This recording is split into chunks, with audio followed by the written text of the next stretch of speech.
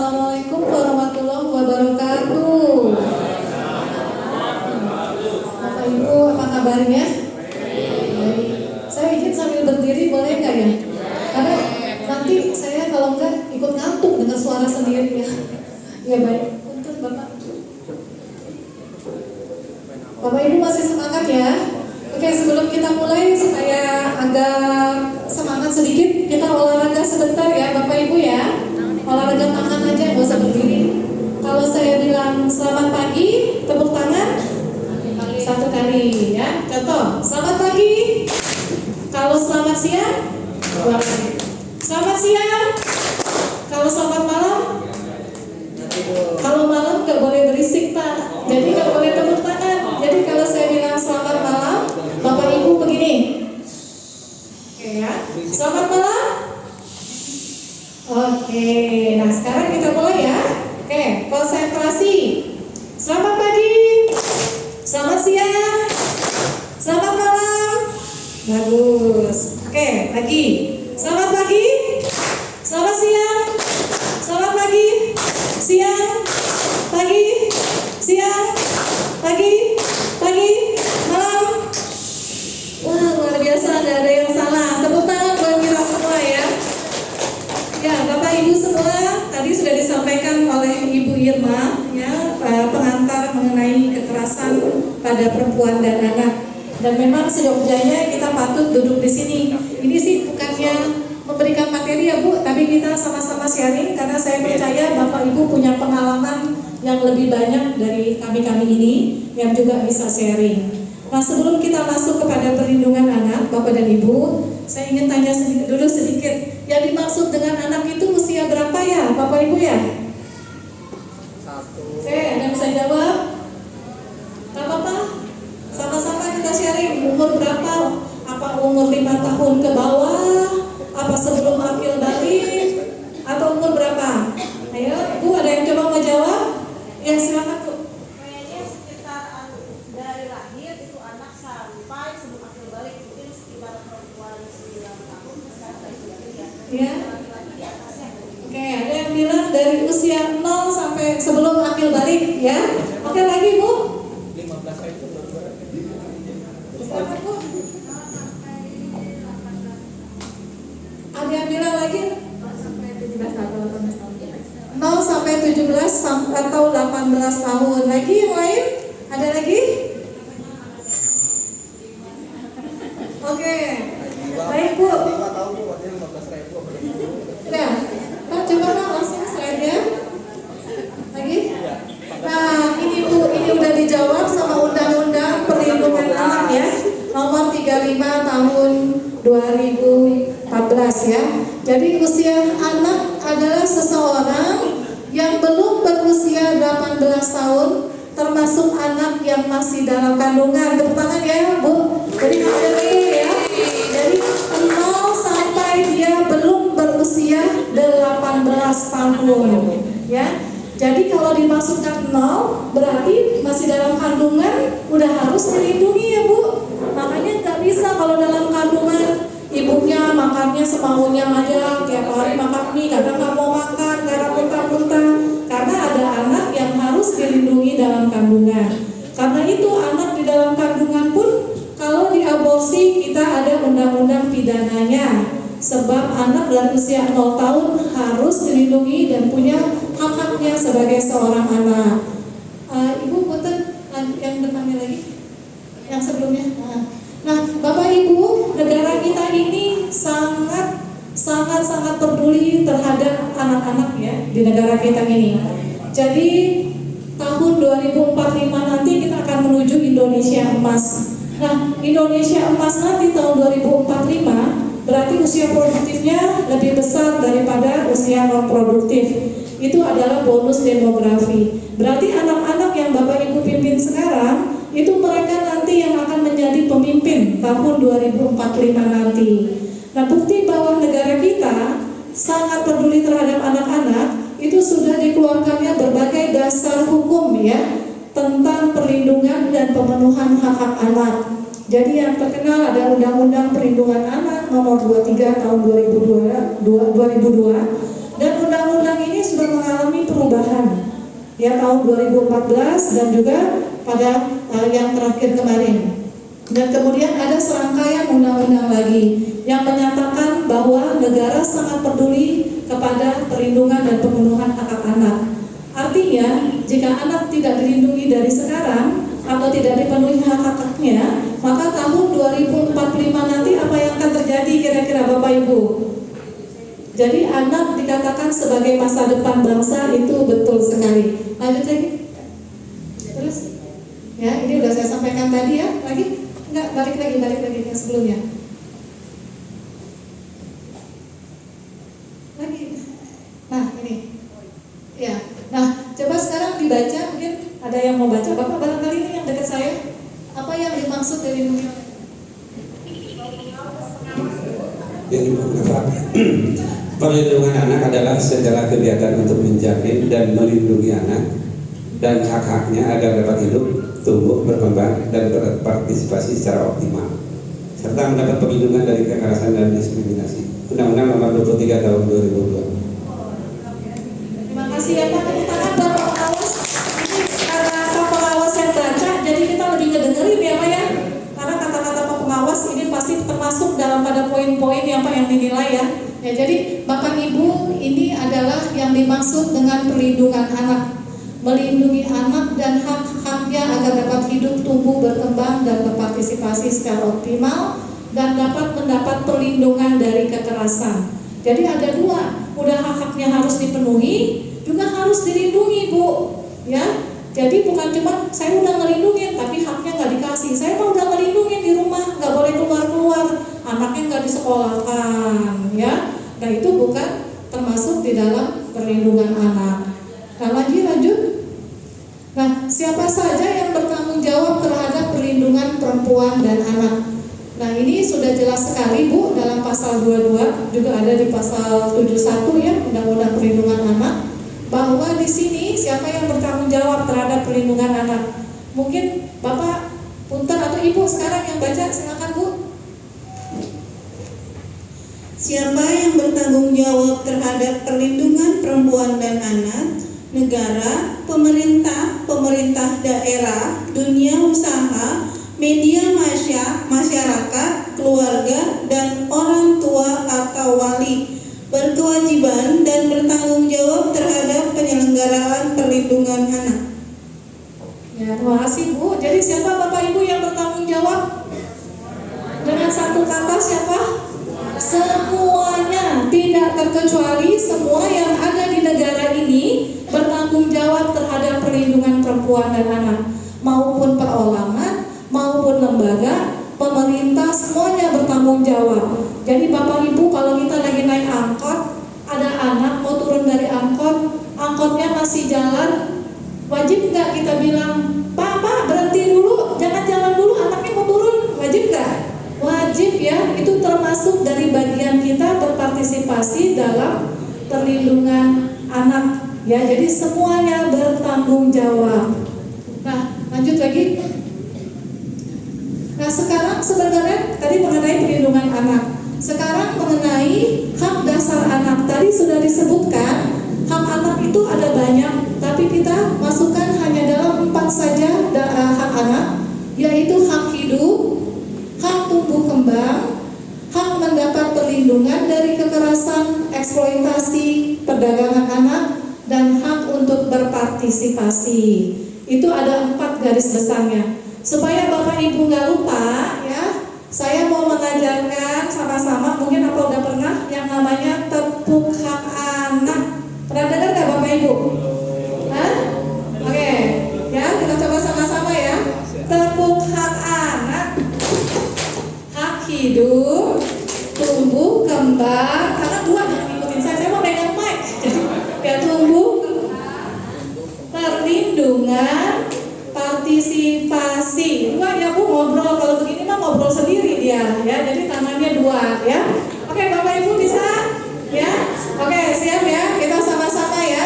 Tepuk hak anak, hak hidup, tumbuh kembang, perlindungan, partisipasi. Oke sekarang kita bagi 2 supaya ingat bagian sebelah sini sama sebelah sini ya. Sebelah sini dulu. Oke. Satu, kita lihat ya mana yang lebih keras. Tepuk hak anak. hidup, tumbuh kembang, perlindungan. Iya. Bu, ini ibu-ibunya nggak kedengeran suaranya. Ya, oke, sekarang bagian sebelah sini harus lebih keras. Oke, 1, 2, 3, tepuk hak anak. Hidup, tumbuh kembang, perlindungan, aktivasi. Siapa lima yang paling keras? Ya, anak ya. Oke, tapi dua-duanya luar biasa, hafal tepuk hak anak ya. Oke, Bapak Ibu, ini nanti bukan hanya dihafal, tapi juga bisa disebarkan ke orang-orang lain. Kalau dipraktekkan, Pak, saya yakin Bapak Ibu semua sudah mempraktekkan ya pemenuhan hak-hak anak. Lagi lanjut lagi. Nah, sekarang tadi sudah pemenuhan hak anak. Sekarang masuk ke dalam kekerasan terhadap anak. Apa sih yang dimaksud dengan kekerasan? Punten Ibu, dibantu saya. Kekerasan adalah setiap perbuatan terhadap anak yang berakibat timbulnya kesengsaraan atau penderitaan secara fisik, psikis, seksual, dan atau penelantaran, termasuk ancaman untuk melakukan perbuatan, pemaksaan, atau perampasan kemerdekaan secara melawan hukum. Terima kasih Bu. Nah, di sini Bapak Ibu lihat ya. Jadi kesengsaraan atau penderitaan bukan hanya yang fisik yang ketahuan, tapi juga yang psikis ya. Habis ini kita akan lihat jenis-jenis kekerasan ya. Jadi yang gak ketahuan juga termasuk di dalam bentuk-bentuk kekerasan. Bahkan termasuk dengan perampasan kemerdekaan secara melawan hukum ya. Itu juga termasuk memasuk anaknya kebutuhan khusus supaya nggak kemana-mana dipasung anaknya. Termasuk nggak di dalam kekerasan terhadap anak? Termasuk ya Bapak Ibu. Jadi banyak sekali bentuknya, tetapi kita akan lihat di dalam satu pasal, satu paragraf ini. Lanjut. Nah, ini bentuk kekerasan terhadap anak. Jadi ada kekerasan fisik. Bapak Ibu yang dimaksud kekerasan fisik tentu udah tahu ya. Yang kelihatan apa aja coba? Hah? Jubit. Aduh, langsung jubit ini. Terus langsung tengok-tengokan. Itu mah di sekolah lain ya. Kalau di sekolah ini mah nggak ada jubit-jubit memang. Itu pengalaman Bu. Iya. Real. Ya, jubit benar ya Bapak Ibu. Apalagi yang lain? Jewer. Itu di sekolah lain ya. Di sekolah ini nggak ada. Ya. Tadi Bapak Ibu? Cinta. Gaplok, tendang, pukul, tonjok, itu semuanya termasuk ya. Jadi termasuk dalam kekerasan pada anak. Bahkan yang disebutkan tadi yang hanya sedikit, cubit, jewer, mula-mula sih cuma cubit Bapak Ibu. Tapi karena anaknya ngeliatin kita jadi kesel, bukan cuma cubit, lanjut kepada yang lain, ya. Lanjut tempeleng, tampar dan sebagainya ya. Jadi karena itu semua bentuk kekerasan. Lagi selanjutnya ada kekerasan psikis. Kekerasan psikis itu yang nggak kelihatan di badan, tapi kena di hati ya. Jadi kekerasan psikis ini juga terbagi-bagi Bapak Ibu. Ada kekerasan yang disebut dengan verbal, ya. Jadi mukul mah enggak, tetapi marah-marah, maki-maki, bentak-bentak ya. Itu termasuk kekerasan psikis ya. Kalau apa Bu yang kira-kira verbal yang termasuk kekerasan? Kata-kata yang tadi seperti disampaikan Bu Irma. Apa Bu tadi kata-katanya? Hah? Kamu? Hah? Waduh, kamu nih manusia apa bukan? Ya itu menyentuh banget ya. Jadi ada juga dulu pernah ada kasus yang gurunya berbicara dengan muridnya, keturunan tidak jelas katanya. Ya, jadi seperti itu yang dianggap kita sebagai unsur-unsur pembinaan. Ternyata bukan pembinaan Bu, tetapi membuat membinasakan hati anak ya. Jadi apalagi kata-kata makian ya. Nah itu dari verbal. Selain verbal, kekerasan psikis juga ada yang non verbal. Dari gerak tubuh kita. Misalnya melihat dengan sinis ya. Terus apalagi yang lain Bu? Yang bukan kata-kata tapi menunjukkan kekerasan. Dulu Jadi ayah suaminya ini dia nggak pernah mukul. Cuman kalau dia lagi kesel, dia ngetok-ngetok meja, apa mukul tembok, brak gitu ya, atau mukul meja, wah gitu. Jadi istrinya semua kaget-kaget. Itu termasuk kekerasan psikis nggak Bu? Ya termasuk ya. Dia baik, cuman kalau lagi marah suka cari-cari mana ya, jerigen minyak tanah misalnya. Itu termasuk kekerasan psikis nggak? Ya, jadi itu termasuk ya Bapak Ibu ya, ada verbal, ada non verbal juga. Perselingkuhan. Ini perselingkuhan Bu, Bapak. Sudah terjadi, kekerasan verbalnya nggak ada, nggak kelihatan, non verbalnya juga nggak ada, tertutup tapi sangat menyakiti ya Bu ya. Nah itu tambahan lagi satu dari Bu Irma ya. Jadi Bapak Ibu, bukan bapak-bapak aja, ibu-ibunya juga ya. Kalau terjadi perselingkuhan itu Bapak Ibu berarti sudah melakukan kekerasan di dalam rumah tangga ya. Nah kemudian Bapak dan Ibu ada lagi kekerasan seksual ya. Nah kekerasan seksual ini bukan hanya kalau udah terjadi sesuatu yang waduh yang nggak bisa dibayangkan ya. Udah terjadi perkosaan misalnya atau apa, tapi kekerasan seksual bisa dilaporkan walaupun hanya melalui SMS ataupun WhatsApp. Misalnya anak-anak kita menerima WA, WhatsApp gambar-gambar yang tidak senonoh, menerima tulisan yang tidak senonoh, bahkan ajakan untuk melakukan sesuatu yang tidak senonoh, itu sudah bisa masuk dalam kekerasan seksual yang bisa dilaporkan ya Bapak Ibu ya. Jadi itu juga Bapak Ibu perhatikan, bukan cuma masuk kekerasan seksual kalau melalui WhatsApp, bisa juga undang-undang pornografi ya dan lain-lain. Lalu kemudian juga ada kekerasan yang masuk dalam kekerasan yaitu penelantaran, tidak diberikan nafkah, anaknya dicuekin ya, itu termasuk juga di dalam hal-hal yang tidak memenuhi kebutuhan hak anak.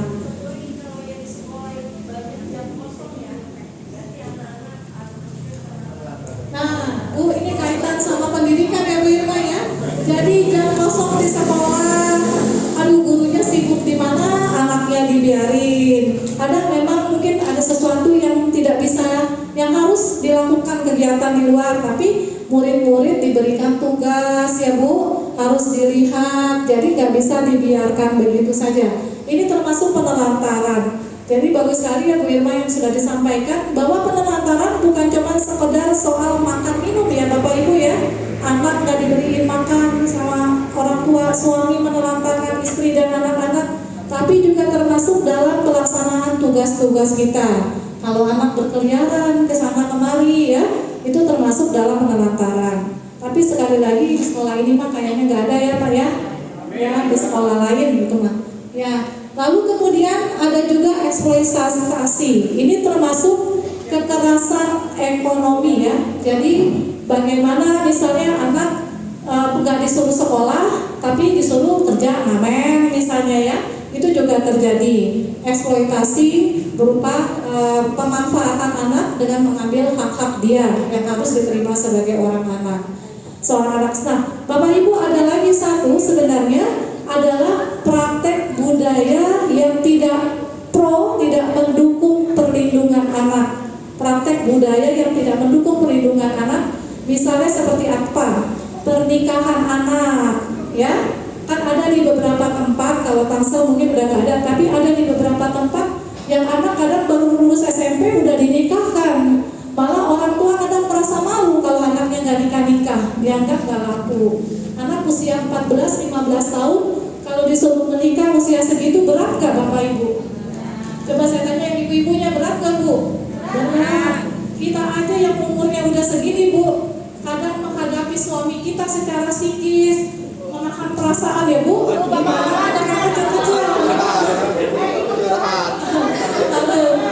Kemudian belum lagi dari segi yang lain, kalau anak perempuan mengalami pernikahan anak atau pernikahan yang dalam usia yang sangat muda, harus hamil ya, padahal secara fisik badannya masih berkembang, masih psikis lagi, ngurusin anaknya, juga rentan secara kesehatan, betul bisa terjadi kanker serviks ya, karena menikah hamil di usia sangat muda. Nah banyak lagi Bu sebenarnya praktek budaya yang kadang kita orang dewasa juga harus waspada. Kalau misalnya contoh zaman saya kecil dulu Bu, kalau habis mandi anak-anak umur 4 tahun lari-lari keluar rumah itu mah biasa, cuma pakai kaos dalam sama celana dalam doang. Benar gak Bu? Tapi kalau sekarang bahaya ya. Jadi itu adalah salah satu praktek budaya yang tidak mendukung pada perlindungan anak. Kita harus sampaikan ya kepada tetangga kita. Lalu kemudian selanjutnya lagi, slide selanjutnya. Nah, untuk kekerasan di dalam rumah tangga, tadi coba sekarang saya lanjut Ibu.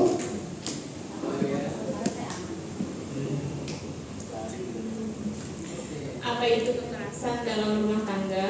Kekerasan dalam rumah tangga adalah setiap perbuatan terhadap seseorang, terutama perempuan, yang berakibat timbulnya kesengsaraan atau penderitaan secara fisik, seksual, psikologis, dan atau penelantaran rumah tangga, termasuk ancaman untuk melakukan perbuatan, pemaksaan, atau perampasan kemerdekaan secara melawan hukum dalam lingkup rumah tangga.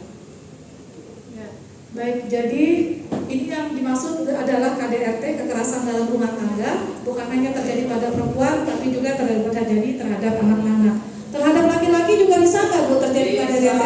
Bisa ya, bisa juga. Jadi iya, sama ya Bapak Ibu. Dan untuk saya sampaikan juga bahwa kekerasan pada anak yang tadi kita sampaikan itu secara sedihnya itu setiap tahun angkanya bertambah ya, jadi yang dilaporkan bertambah baik dari lembaga-lembaga perlindungan anak seperti misalnya dari Komnas Anak, KPAI, LPAI, juga dari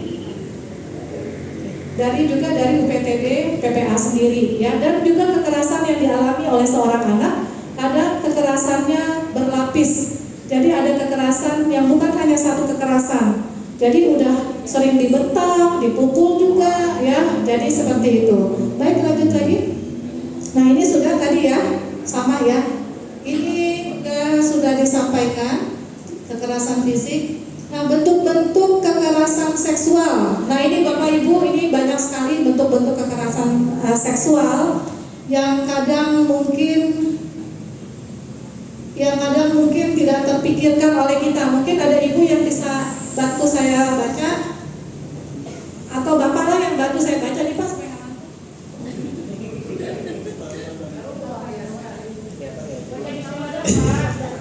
Bentuk kekerasan seksual: 1. Pelecehan seksual non fisik, 2. Pelecehan seksual fisik, pemaksaan kontrasepsi, pemaksaan sterilisasi, pemaksaan perkawinan, penyiksaan seksual, eksploitasi seksual, perbudakan seksual, kekerasan seksual berbasis elektronik, perkosaan, perbuatan cabul, perbuatan melanggar kesusilaan yang bertentangan dengan kehendak korban, pornografi secara eksplisit memuat kekerasan dan eksploitasi seksual, pemaksaan pelacuran, TPPO untuk eksploitasi seksual, kekerasan seksual dalam rumah tangga, tindak pidana pencucian uang yang tindak pidana asalnya tindak pidana kekerasan seksual.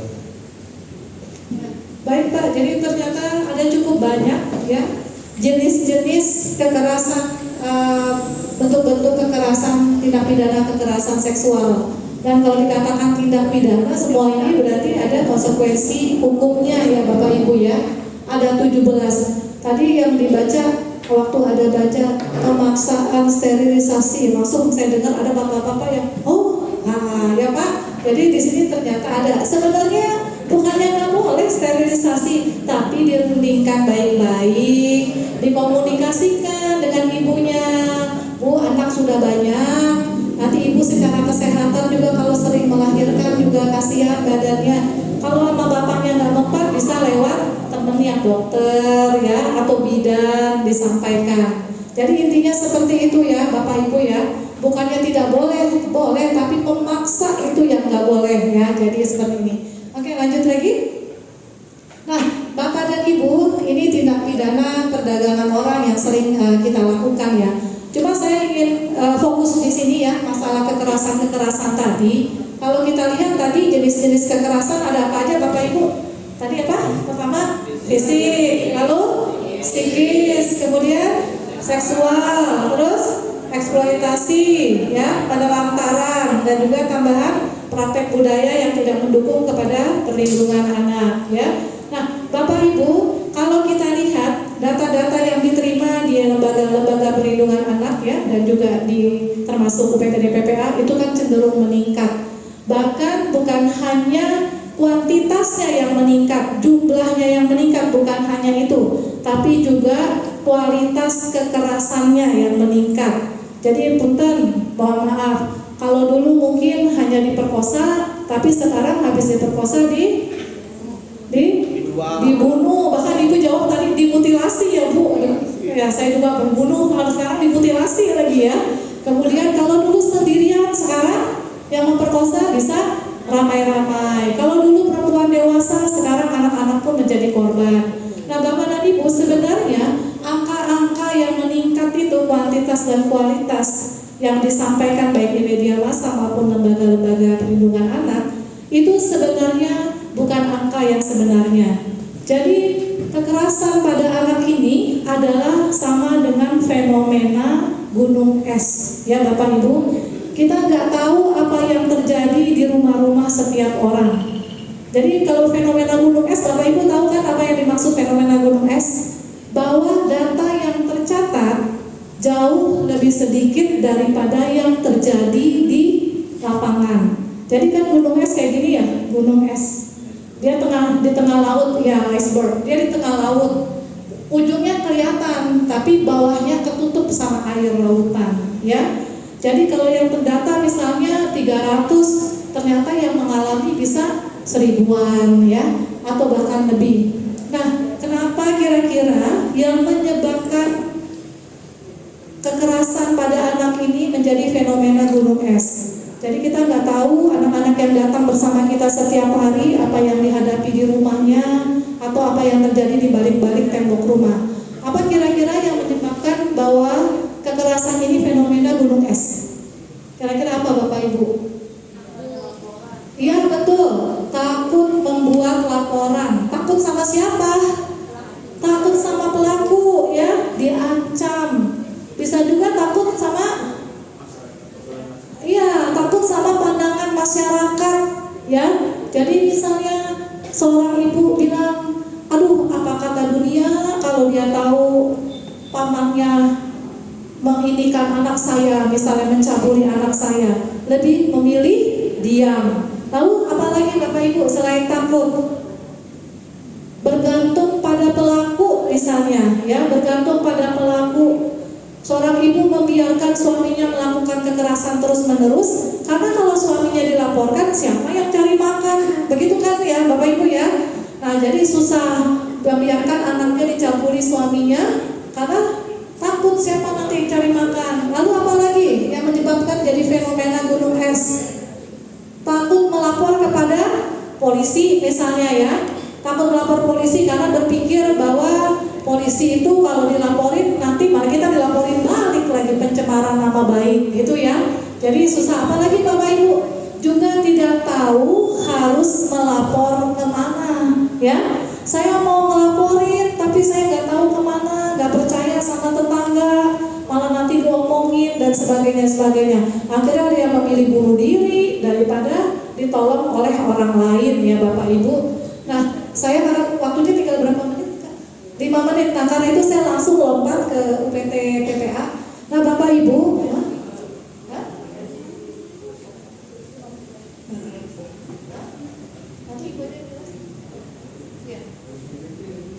iya makanya dia penting banget nih. Semuanya penting sih, boleh? Mau LGBT? Iya. Oke lanjut Bapak Ibu ya. Nanti sekalian kita bungkus di situ. Nah Bapak Ibu kalau LGBT kita semua di sini tentu sudah sering mendengar ya berita-berita tentang LGBT namanya. Kalau kita ngomongnya LGBT ya. Singkatan apa sih Bu LGBT itu? LGBT. Hah? Oh iya, ada lesbian, gay, biseksual dan transgender ya. Jadi kita sering mendengar dan tentu aja semua orang tua mengalami kerisauan ya. Bukan cuma orang tua, guru juga nggak sih Pak? Guru juga risau ya. Karena LGBT ini Pak bukan apa ya? Bukan penyakit bawaan, tetapi yang ditularkan bukan penyakit badan, tapi penyakit sosial ya, penyakit sosial yang ditularkan, yang merasuk ke psikis masing-masing ya. Jadi mulai sosial itu maksudnya dimulai dengan diajak-ajak, dipengaruhi oleh orang, dan kita susah sekali untuk mencegah, membatasi anak-anak kita untuk bergaul dengan siapa ya Pak. Kadang kita juga nggak tahu apa latar belakang dari orang itu. Jadi itu sangat menular ya, menular. Kemudian silent disease ya, kayak penyakit diabetes kali ya Pak ya, nggak kelihatan, tahu-tahu udah kena ya. Nah Bapak dan Ibu kalau kita baca di sini, jadi di sini jelas sekali dinyatakan bahwa LGBT bukan sesuatu yang bisa bersifat alami, tiba-tiba muncul anaknya lahir udah jadi LGBT, enggak begitu ya, tiba-tiba datang sendiri penyakitnya. Tetapi ini adalah suatu proses sosial, ya, sosial. Kalau dikatakan proses budaya, mungkin masuk proses sosial. Kalau budaya berarti udah merasuk ke jiwa-jiwa ya. Nah, suatu proses sosial yang saya katakan tadi, yang dilakukan sebagai penyakit sosial yang menular, ya. Nah ini, sehingga dalam hal ini ada 3 faktor utama yang melatar belakangi terbentuknya perilaku LGBT: biologis, psikologis, dan sosial budaya. Ya, lagi bawahnya Kak belum, saya belum baca. Jadi kalau di sini disebutkan, mungkin Bapak Kepala Sekolah yang boleh tolong membacakan. Terima kasih Ibu. Seseorang menjadi pelaku LGBT bukan merupakan takdir, melainkan sebuah kecenderungan yang dipengaruhi oleh kondisi dari 3 faktor tersebut. Nah ini. Jadi kita gak bisa ya Bapak menerima orang berkata, aduh saya mah udah ditakdirin begini dari lahir, saya gak tertarik sama perempuan, sukanya sama lelaki.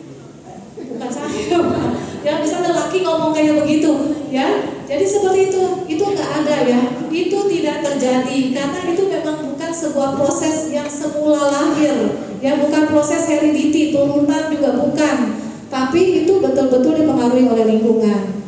Nah ini ada upaya pencegahan timbulnya LGBT, ya. Kalau rekan sesama ini yang peserta yang membacakan kayaknya lebih ini ya daripada saya ngebacain. Silakan Pak. Mana tadi penyebab LGBT Pak? Sebelumnya? Ya. Ini upaya pencegahan timbulnya LGBT. Upaya pencegahan timbulnya LGBT: memberikan pendidikan iman sejak dini dengan tegas menolak keberadaan LGBT, menanamkan rasa malu pada anak sejak dini, menanamkan jiwa maskulinitas dan feminitas. Pola asuh seimbang, pentingnya pengasuh oleh ayah sebagai loving, coaching, dan caring. Coaching dan caring. Jadi Bapak Ibu ini semua itu mudah dipahami ya. Menanamkan jiwa maskulinitas dari kecil, anak-anak sudah dikasih tahu ya, ini laki-laki, perempuan ya. Kemudian pola asuh seimbang, jangan hanya ibunya aja yang berperan di rumah, bapaknya mah pergi pagi pulang malam, pagi pulang malam, gak pernah ngobrol sama anak ya. Jadi akhirnya gak punya model seorang ayah. Nah kalau dia gak punya model seorang ayah, padahal dia perlu kasih sayang ayah, dia perlu teladan ayah, akhirnya dia nyarinya kemana modelnya? Di luar rumah ya. Kalau nyarinya sama orang yang bisa diteladani sebagai model kakak laki-laki yang bagus ya, remaja masjid, bagus. Kalau yang diteladani kebetulan orang yang LGBT,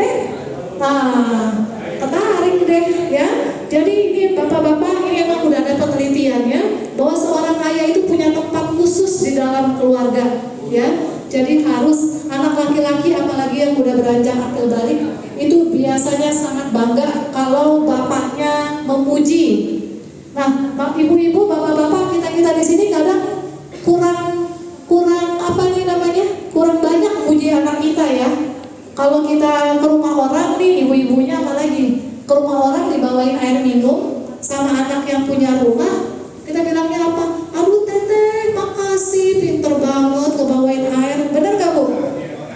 Anak orang itu dipuji-puji, rambutnya bagus banget si teteh ini, aduh tinggi banget. Kalau di rumah gimana?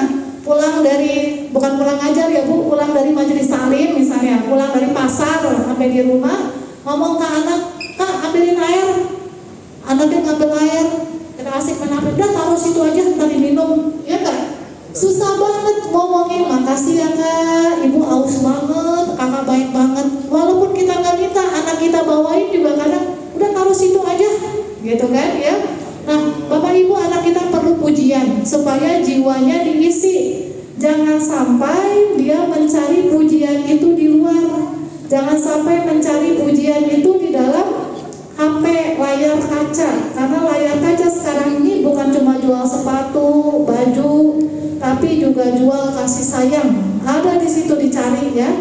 Ya, jangan sampai ibu di rumah dibilang kalau ibu saya mah ibu ABC, amat bawel dan cerewet ya.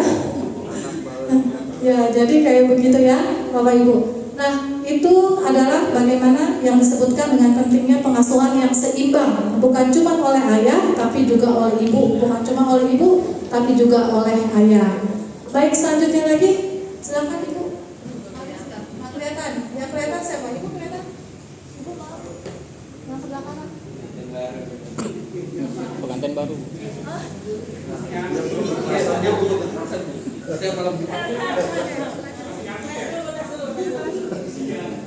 Memperlakukan anak sesuai dengan tahap perkembangannya.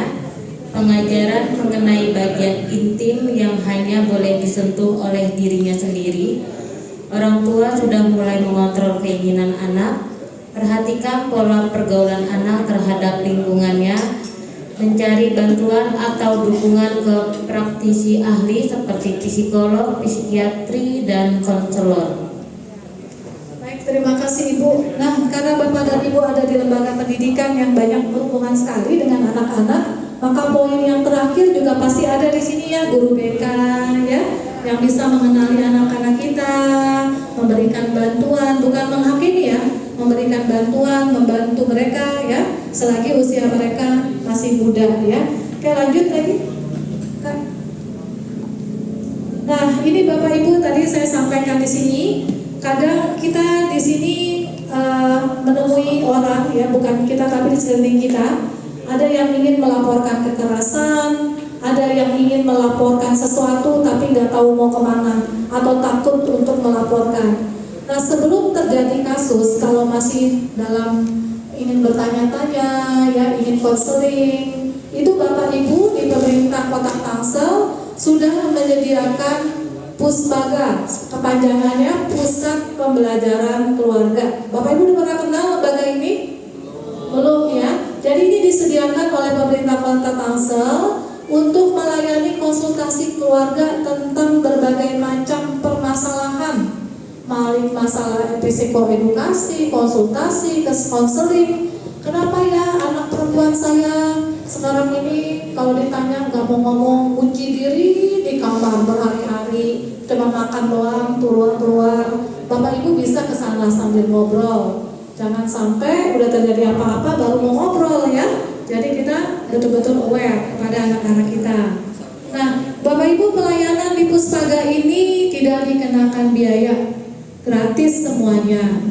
Psikolog bayar ya, konsultasi bayar, tapi yang bayar bukan Bapak Ibu, tapi pemerintah Kota Tangerang Selatan. Silakan datang ke Puspaga, alamatnya di Serua, Kecamatan Ciputat. Jadi kalau dengan Marugan lurus ada ruko-ruko, nanti lurus ke sana sebelah kiri ya, bisa dicari di Google. Jadi silakan datang Bapak Ibu. Mungkin kalau nanti dengan orang tua juga dirasa ibu ini perlu konseling, perlu apa, silakan ya dirujuk untuk datang ke sana. Ada nomor teleponnya juga kalau mau sambil ngobrol. Kalau aduh nggak mau datang, coba ditelepon ke sana. Mungkin mereka punya pelayanan lewat Zoom juga bisa ya.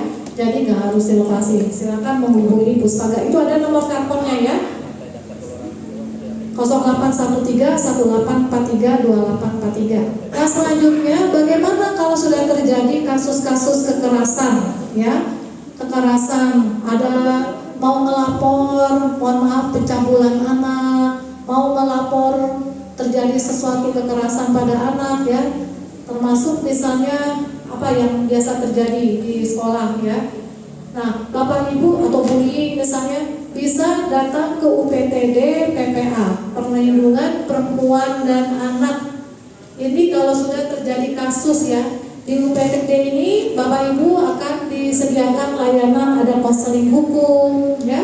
Kalau mau ke kantor polisi kan takut misalnya, ya udah ke situ dulu biar ngobrol. Ada konseling hukum, ada konseling psikolog, ada mediator ya, dan itu akan didampingi. Jadi Bapak Ibu juga nggak usah khawatir karena UPTD PPA memegang prinsip bahwa ada kerahasiaan. Jadi semua laporan itu sifatnya rahasia, tidak disebarluaskan. Kemudian juga non diskriminasi, siapa saja boleh datang dan gratis, tidak bayar ya. Jadi kalau Bapak Ibu di luar mau konseling hukum kan mungkin berbayar ya, tapi di sana itu sudah difasilitasi oleh pemerintah Kota Tangerang Selatan. Ini jadi pelayanan UPTD PPA itu ada penanganan aduan, kesehatan, psikologi, bantuan hukum, mediasi, rehab sosial, juga pemulangan dan reintegrasi. Ya, termasuk kasus-kasus misalnya yang terjadi di Tangsel tapi ternyata kampung asalnya di luar Tangsel, itu termasuk dibantu jika diperlukan bantuan. Nah, jadi ini juga yang harus dilakukan sekolah, menerapkan sekolah ramah anak, membentuk tim TPPK, apa Bu? Tim TPPK? Oh, tim pencegahan dan penanganan kasus anak. Udah ada belum Bapak Ibu di SMP 1? Udah ada ya? Lalu membentuk LPKRA, Lembaga Pelindungan Khusus Ramah Anak. Ada nggak? Nanti Bu Irma akan menjelaskan ya Bu. Lalu penerapan hukum positif, hukum menghindari yang kekerasan ataupun punishment ya Bu ya, tapi memberikan hukum yang lebih mendorong anak, memacu anak untuk lebih mau maju lagi ya. Oke, jadi ini kira-kira Bapak dan Ibu. Selanjutnya, nah terakhir ini sama-sama menjadi tugas kita semua dan terutama tugas Bapak Ibu adalah stop kekerasan terhadap anak ya. Jadi terhadap perempuan dan anak, terutama terhadap anak. Saya pernah mengambil satu kata-kata renungan ya, bahwa memang untuk mewujudkan kota yang ramah anak, yang dimana nggak terjadi kekerasan lagi, itu bukan sesuatu yang mudah.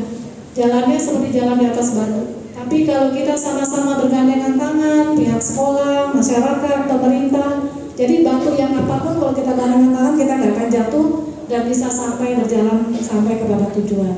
Baik, sekian dari saya. Mudah-mudahan bermanfaat sharingnya. Wabillahi taufiq wal hidayah. Wassalamualaikum warahmatullahi wabarakatuh.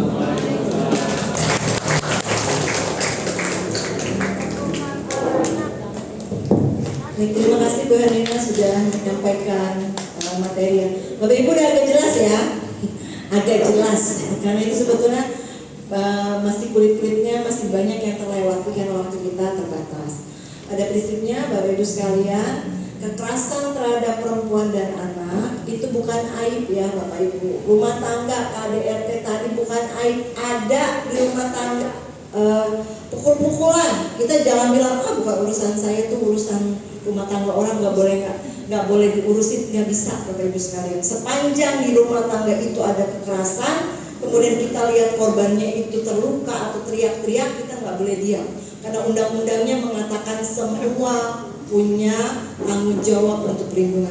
Boleh masuk? Boleh. Ya kalau sudah terlalu, apalagi melihat anak dipukul-pukul sama bapaknya, terus kita diam saja nggak bisa, langsung tarik anaknya. ya, dengan nanti caranya bahkan bisa ditarik dan kemudian diamankan dahulu. Jadi seperti itu.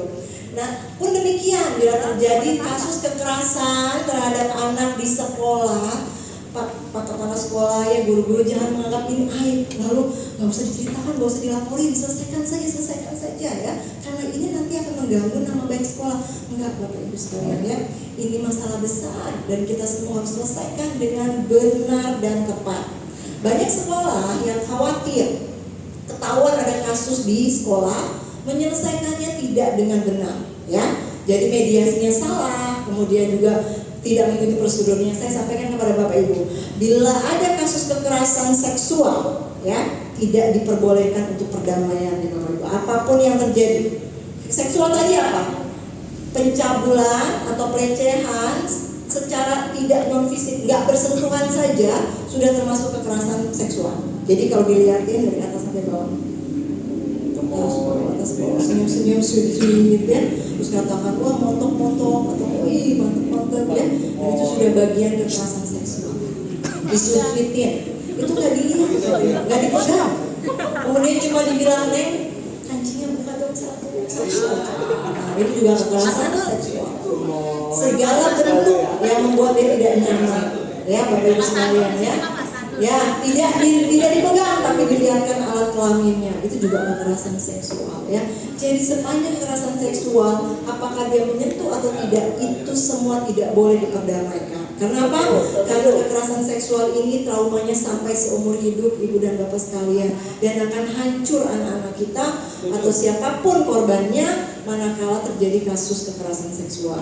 Kekerasan seksual sodomi itu bisa menjadi penyebab dia akan menjadi LGBT. Nggak boleh, makanya hati-hati harus diselesaikan. Satu lagi yang ingin saya sampaikan kepada Bapak Ibu semua, pada saat seorang anak mengalami kekerasan, maka sekolah tidak diperkenankan untuk mengeluarkan anak tersebut ya, tanpa ada diskusi dahulu dengan KCD, dengan kami ya. Jadi seberapa anak ini dia melanggar menurut sekolah, semua harus didiskusikan ya. Edaran wali kota tidak memperbolehkan sekolah mengeluarkan anak. Karena Bapak Ibu saya mesti sampaikan, kenapa anak ini melakukan kekerasan, kenapa anak ini menjadi korban kekerasan, semua karena kegagalan pola asuh di rumah. Anak yang nakal akan bicara, ibu boleh marahin saya, ibu mau tukeran sama saya enggak? Ibu jangan bandingkan saya dengan anak yang baik itu, karena dia orang tuanya baik, maka dia bisa menjadi anak baik. Sekarang ibu mau tukeran sama saya enggak? Enggak diasuh dengan baik, ditelantarkan, ibu bapaknya tiap hari marah-marah, pukul-pukul. Lalu apakah saya bisa menjadi anak yang baik? Kemudian saya di rumah dimarah-marah, di sekolah pun saya lagi dimarahin sama bapak dan ibu guru, karena saya nggak bisa ngikuti aturan. Lalu bapak dan ibu guru kemudian dengan gampang, udah kamu keluar saja dari sekolah ini. Lalu apa yang dilakukan? Biasanya sekolah meminta orang tua untuk menandatangani surat pengunduran diri. Itu tidak diperbolehkan itu dan bapak sekalian ya. Apa yang terjadi mari diskusikan dahulu, kita cek konselingnya seperti apa, kan anak-anak ini berhak untuk sekolah. Apapun yang terjadi, apakah dia melakukan kekerasan atau tidak, dia adalah korban daripada kegagalan pola asuh. Kita tugasnya apa Ibu dan Bapak sekalian? Menolong anak ini, karena kita tidak mau bertukar dengan dia yang tidak mujur ya Bapak Ibu sekalian. Jadi memandang anak-anak itu di posisi yang kasihan, bukan lagi anak nakal ya Bapak Ibu ya. Itu yang bisa kami sampaikan berkaitan dengan materi pada hari ini ya. Mbak Indah mau menyampaikan di depan sini Mbak, berkaitan dengan hukum sedikit mungkin ya, status sekolah ya, sampai sekolah salah dibilang terus kekerasan. Boleh nanti bertanya. Apa namanya, Bapak dan Ibu tadi udah dikasih tahu ya kemana mau melapor kalau ada kasus kekerasan, ke UPTD, PPA, ya UPTD Unit Pelaksana Teknis Perlindungan Perempuan dan Anak. Bapak dan Ibu harus punya. Jadi lapornya ke sana. Kekerasan terhadap perempuan dan anak, kalau korbannya perempuan berarti sampai lansia. Kalau korbannya anak ya, sampai dengan umur 17 tahun ya. Kalau 18 tahun berarti anak laki-laki umurnya 17 tahun terjadi korban kekerasan. Tadi ya kekerasannya ya, fisik, psikis, seksual, penelantaran.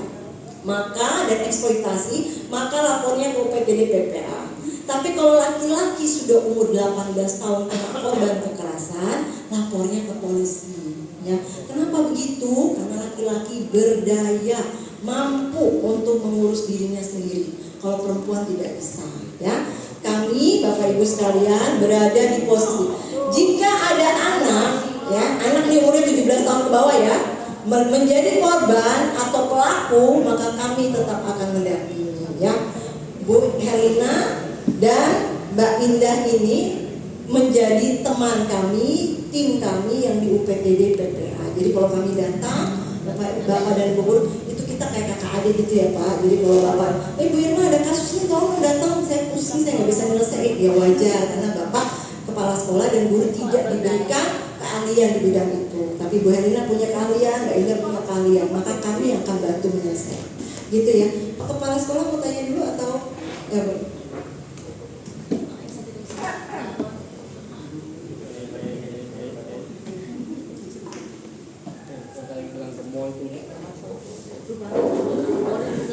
Terima kasih Ibu yang menyampaikan tadi. Berkenaan dengan tadi tindak kekerasan pada anak itu yang penelantaran Ibu, salah satunya Ibu mengatakan tadi bahwa tidak ada guru pun di kelas itu termasuk dalam penelantaran. Nah inilah yang akan saya coba untuk mengkomunikasikan sudah seberapa jauh hal itu terjadi dan kesadaran para guru untuk menemani siswa itu sendiri. Nah maksud saya artinya efek yang harus penelantaran itu dikatakan tidak ada guru, mungkin guru pun apalagi di bulan Oktober November ini begitu banyaknya undangan-undangan, ya Ibu juga tahulah ya. Jadi kami pun guru-guru tugas ini, tugas sana, tugas ini tentunya kan supaya anak itu tidak ribut dan sebagainya diberikanlah tugas. Namun tadi menyampaikan termasuk penelantaran. Apakah hal ini juga termasuk ke dalam kekerasan anak tadi? Itu yang pertama. Yang kedua, kalau kita KDRT tentunya selalu perempuan disalahkan. Ya. Selalu laki salahkan karena perselingkuhan katanya. Nah kalau perempuan berselingkuh bagaimana Bu? Banyak Bu, ibu-ibu itu yang selingkuh banyak dengan laki-laki lain. Nah itu permasalahannya. Mungkin ini Ibu yang sekedar dua saja, mohon maaf. Ya, terima kasih. Assalamualaikum warahmatullahi wabarakatuh. Iya. Benar kata Pak Ali. Nah, jadi gini ya, Pak Ali makasih pertanyaannya ini bagus. Jadi biar jelas Ibu dan Bapak sekalian, yang disebut penelantaran itu tidak memberikan hak belajar. Berarti manakala guru ini ada tugas undangan, berarti dia tetap harus memberikan hak belajar. Tugas diberikan.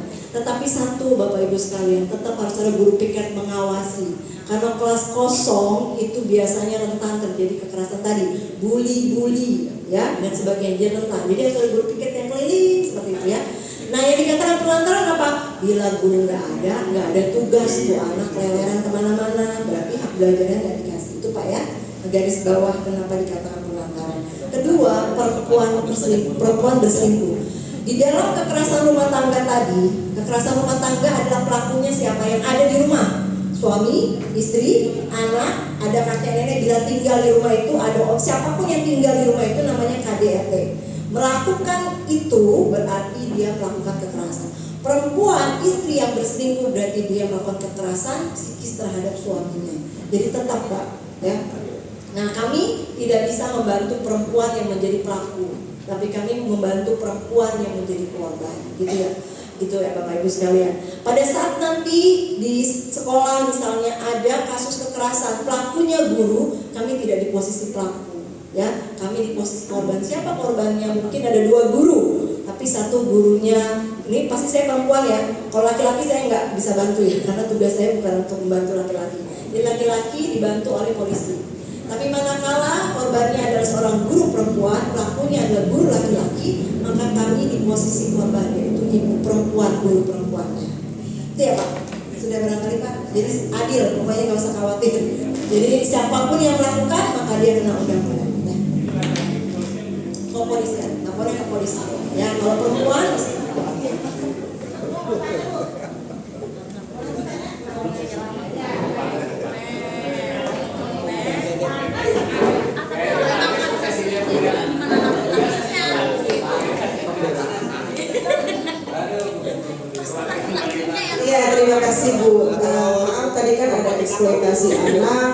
bagaimana kekerasan dalam rumah tangga.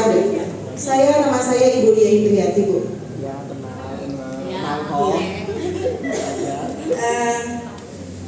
Sebagai ibu rumah tangga dan ibu bekerja ya, Bu. Kami itu perempuan-perempuan hebat di sini ya, Bu, menurut saya. Panas sampai pulang. Karena kami itu kalau menurut saya, Bu, kami itu harus bekerja. Peran kami sama dengan guru pria yang lain. Kalau mereka mengajar berapa jam, kami mengajar berapa jam. Mereka mengawasi anak, kami mengawasi anak. Sedangkan kami di rumah, ibu rumah tangga, kami harus pegang beberapa anak, pekerjaan rumah. Sebetulnya itu bisa dinamakan, kalau tidak ikhlas ya, Bu, itu sebetulnya eksploitasi ibu rumah tangga. Ya, seharusnya juga ada undang-undang begitu, Bu. Jadi bapak-bapak juga ngerti. Coba bapak-bapak ngerti. Ya itu aja, Bu. Jadi artinya bahwa apakah sebetulnya laki-laki juga seharusnya melakukan hal yang sama seperti itu. Ya, terima kasih, Bu. Gitu. Ya, assalamualaikum warahmatullahi wabarakatuh.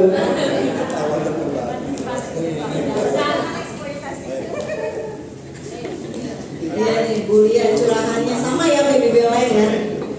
Jadi begini Bu, Bapak dan Ibu sekalian, ya, bahwa pertama di dalam agama perempuan bekerja bukan wajib, ya, tidak diwajibkan. Wajibnya apa perempuan adalah ya, mendidik dan mengasuh anaknya juga suami. Manakala seorang perempuan harus bekerja, maka diskusikan dahulu kepada suaminya sepenting apa bekerjanya. Karena tugas utamanya adalah mengasuh anak, ya. Nah, untuk saat ini ditanya, ternyata Bu Lia sudah diskusi sama suami harus bekerja karena kebutuhan tidak tercukupi kan gitu ya. Sudah diputuskan bersama. Adapun pola asuh itu tidak bisa hanya ibunya saja. Ini sebuah kesalahan jika tadi pekerjaan di rumah hanya dibebankan kepada perempuan, tidak bisa.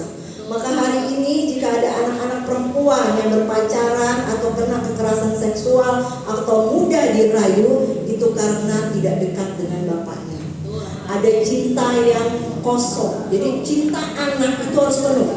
Cinta ibu, cinta bapak, cinta dari kakek, nenek atau siapapun yang di rumah itu. Maka bila bapaknya tidak dekat, tidak memberikan cinta yang penuh, maka ada rongga yang kosong. Rongga inilah yang diisi oleh laki-laki lain. Dicarilah sama anak ini siapa kira-kira yang bisa mengisi ini. Maka bisa jadi pacarnya, bisa jadi om-om, bisa jadi siapapun yang menurut dia bisa nyaman untuk laki-laki.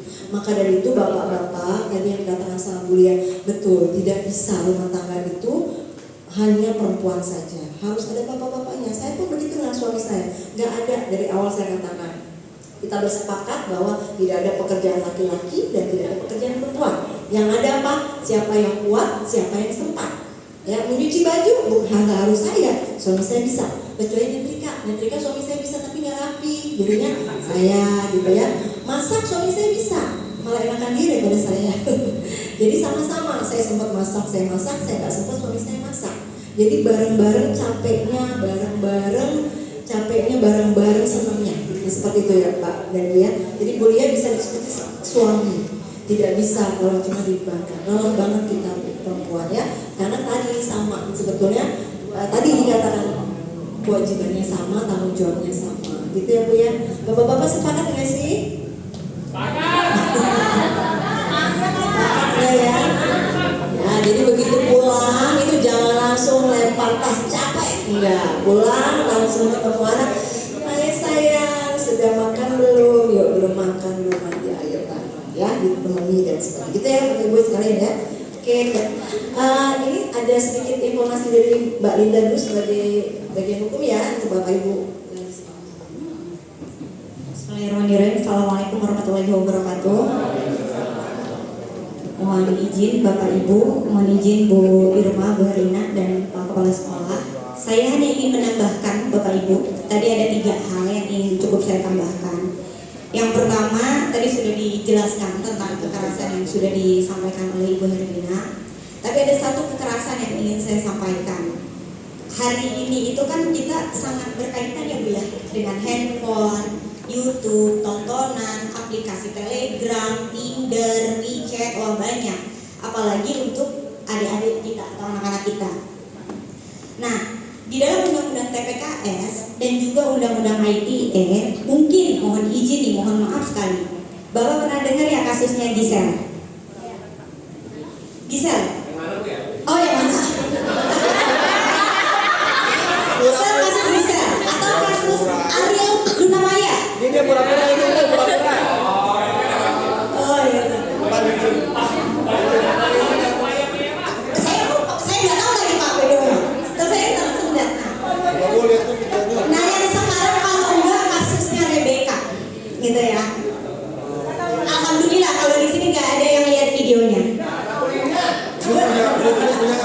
Tapi maksud saya ternyata Bapak Ibu, kasus tersebut tidak hanya dengan orang dewasa saja. Kami di PPA, di PTD PPA kerap kali mendapatkan kasus yang sama terjadi terhadap anak-anak di bawah umur. Bahkan yang akhirnya diawali dengan kasus tersebut beruntung tuh bisa jadi TPPO. Nah, saya ingin sampaikan dalam kondisi apapun, walaupun misalnya saya belum, semoga di sini tidak ada misalnya mungkin tiba-tiba ada anak murid dari Bapak Ibu tersebar foto videonya. Mungkin dia melakukan itu di orang lain atau di luar sekolah, tapi tiba-tiba tersebar ke lingkungan sekolah sampai ke guru atau ke teman-teman. Nah, saya ingin sampaikan dalam kondisi atau kekerasan elektronik demikian, anak yang disebar itu juga termasuk dengan anak korban, gitu.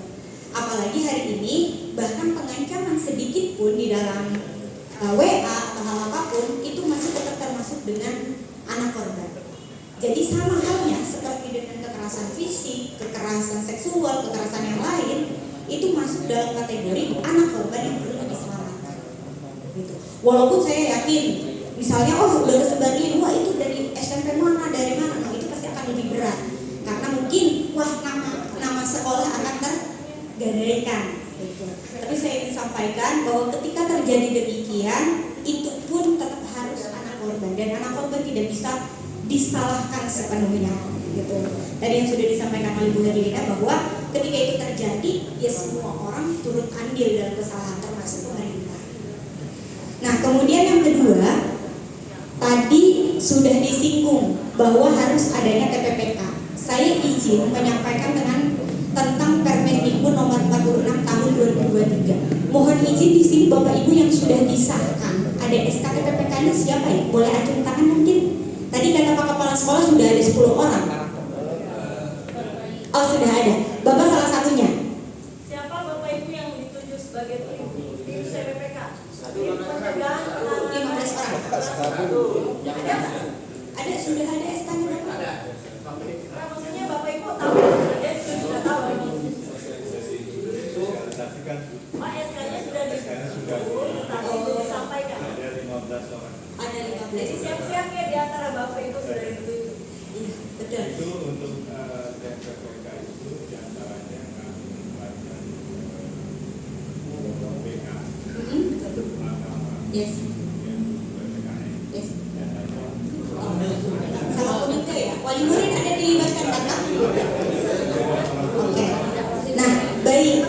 Bapak Ibu saya izin sedikit menyinggung soal TPPK ini. Ini sebetulnya Permendikbud yang turun di Agustus 2023. Dan setahu saya Dimdik Tangsel ini baru menginstruksikan di Oktober 2023. Alhamdulillah kalau sekolah ini sudah membentuk. Tinggal selanjutnya bagaimana TPPK ini diselesaikan atau dibentuk kemudian menjalankan aktivitasnya sesuai dengan Permendikbud nomor 46 tahun 2023. Nah, kalau tadi mungkin ada ibu yang menyampaikan, Bu, saya di rumah juga banyak kerjaan. Saya guru, apalagi dengan kurikulum merdeka. Belum lagi nanti yang jadi TPPK itu punya tanggungan lagi, tanggungan lebih. Nah, salah satu tanggungan lebih karena tadi Pak ada tim pencegahan dan penanganan kasus. Misalnya ada terjadi kasus kekerasan seksual di sini dilakukan oleh anak kelas 3 korbannya anak kelas 2 misalnya. Siapa yang hari ini wajib untuk menyelesaikan? Dulu sebelum mungkin guru BK-nya saja atau wakil kesiswaan dan juga kepala sekolah. Tapi setelah nanti ada TPPK, harus dan wajib TPPK yang menyelesaikan. Tapi menyelesaikan ini tidak bisa diselesaikan atau kewenangannya secara penuh, Pak. Jadi kalau ada di dalam Permendikbud nomor 46 tahun 2023 itu dijelaskan bahwa salah satu kewenangan dari TPPK adalah pertama, menentukan apakah kasus ini delik pidana atau enggak. Yang kedua, menentukan siapa terduga pelakunya. Yang ketiga, menentukan apakah alat buktinya akan cukup atau tidak. Nah, sebetulnya salah satu atau ketiga dari ini saja sebetulnya bukan lingkup dalam kewenangan Bapak dan Ibu, betul tidak? Siapa yang bisa? Ahli hukum, betul ya? Nah, maka dari itu saran saya dalam Permendikbud itu, ketika Bapak nanti melakukan TPPK, karena ini sudah menjadi pembicaraan juga pada saat itu penyidik PPA dan juga Pak Kepala Dinas, bahwa ini menjadi pisau yang harus hati-hati. Ketika misalnya melakukan TPPK juga harus ada perlindungan. Maka dari itu saran saya, tadi yang sudah disampaikan oleh juga Bu Irma, bahwa ketika nanti TPPK bekerja, Bapak dan Ibu jangan sampai lepas untuk koordinasi dengan satuan tugas di atasnya. Satuan tugas di atasnya itu dibentuk oleh Dinas Pendidikan. Itu sudah